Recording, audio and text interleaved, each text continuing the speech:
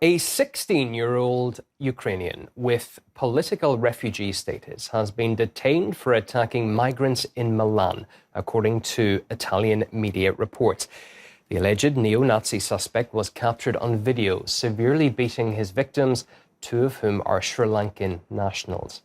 Footage from subway cameras show a strongly built young man wearing militarized clothing, violently beating apparent strangers. Milanese police have detained the teenager for allegedly committing a series of attacks between the end of February and early March. When Italian authorities searched his parents' flat, they seized Nazi propaganda and a machete with the words "White Power" engraved on it. Well, let's discuss the issue here in our studio now with Italian journalist and war correspondent Andrea Lucidi. Andrea, thank you so much for taking the time to speak to us today. Very disturbing images emerging out of Italy. The police also said the suspect shouted, "The fascists are back," before launching his attack. Your reaction, has there been much reaction as well in Italy to this? Unfortunately, it's very pity to see that from Ukraine are coming in Italy such type of people.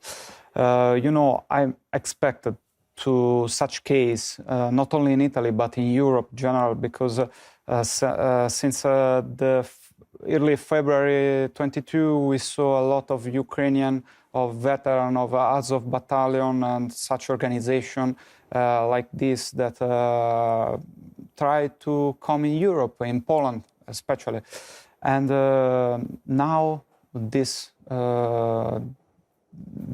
ideology, this idea can invade Europe. This is a really idea that can invade Europe now, because in Italy, in France, in Germany, in Poland, there are right now a lot of people that was ideologized during this experience in Azov or in Aidar as volunteer in the past years. And now they are free to go in Europe. They are not only Ukrainians, they are Italians, Germans, French. That, of course, they have had in the past this ideology. For this reason, they choose to fight with Azov, with Aidar. But now they are like example for youth. Like in this case, these young boys, 16 years old, fascinated with Nazi ideology in Milan and in Italy, generally, a country that had fascism, that fought against fascism with a big partisan movement.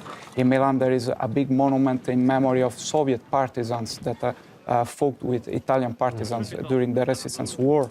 And it's very pity. For me, it's not a surprise. I expected that was only a question of the time. Of when it might happen.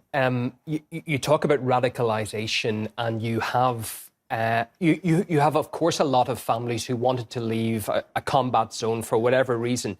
But there are people who are radicalized among them that have moved into Europe. Are you fearful that this is not an isolated incident? That perhaps it's even likely that we're going to see more like this happen? I think yes. This is the real danger for Europe now, and especially also because the European authority and the European politicians pretend to not see these cases.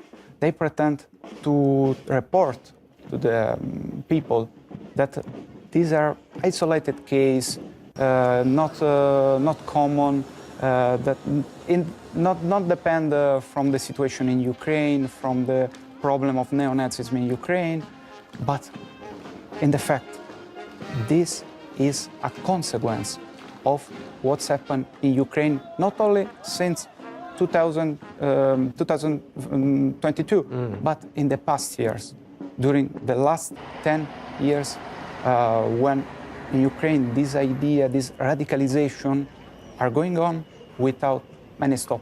Yeah, and there's a lot of networks as well connected to that. If you see something, say something.